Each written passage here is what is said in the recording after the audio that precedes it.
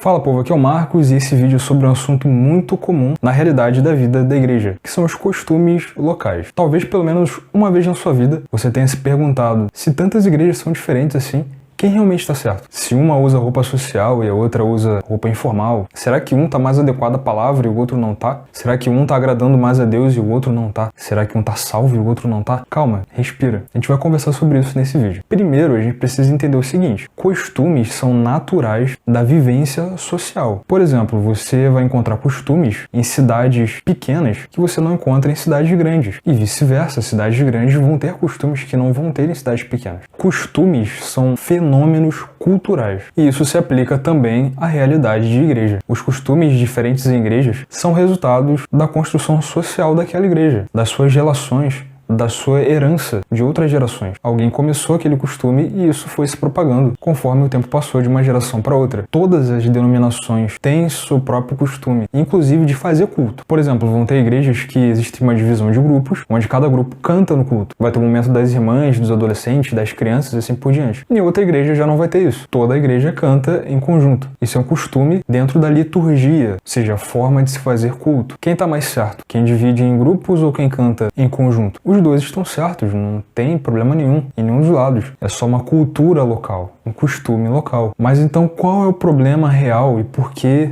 desse vídeo? Porque existe uma tendência a transformar o costume local em doutrina, colocar um peso bíblico sobre o costume, um peso doutrinário sobre o costume. Isso é um problema. Mas para falar disso eu quero te explicar primeiro o que é doutrina. A gente pode definir doutrina como um conjunto das afirmações bíblicas que compõem a nossa fé. Por exemplo, a justificação ser somente pela fé é uma doutrina. Jesus ressuscitar também é uma doutrina, porque são afirmações bíblicas, são instruções bíblicas. Se está dentro dessa esfera, é uma doutrina. Se não está dentro dessa esfera, não é uma doutrina. É um costume, um ensinamento humano. E o que gera eu colocar um peso doutrinário em cima do costume é a gente passar a viver um legalismo. Eu achar que Deus me aceitar depende de eu estar adequado ao costume do lugar. E aí todo momento em que eu fizer algo que é diferente do costume do local, o peso de culpa vai engolir o meu coração. Isso é muito perigoso. Isso é viver um evangelho que não existe. E então se eu compreendo isso e eu não levo mais o costume como doutrina, eu passo a dedicar o meu coração ao que a Bíblia ensina como ser o norteador da minha vida e não os costumes da igreja onde eu vivo, nós entramos numa outra questão, que é o fazer oposição à igreja local.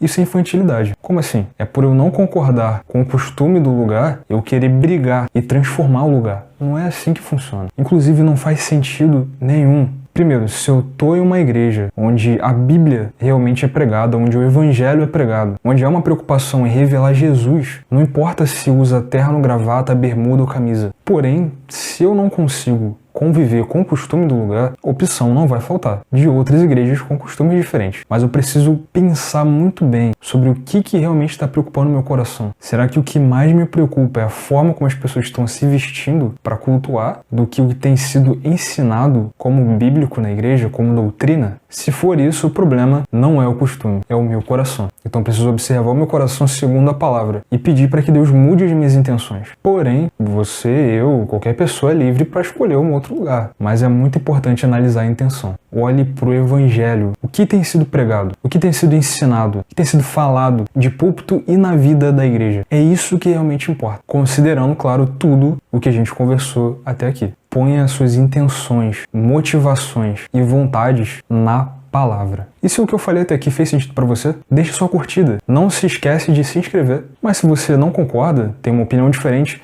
deixe nos comentários, eu quero saber o que você pensa sobre esse assunto. Mas espero que vocês tenham gostado e até o próximo vídeo, se assim Deus quiser.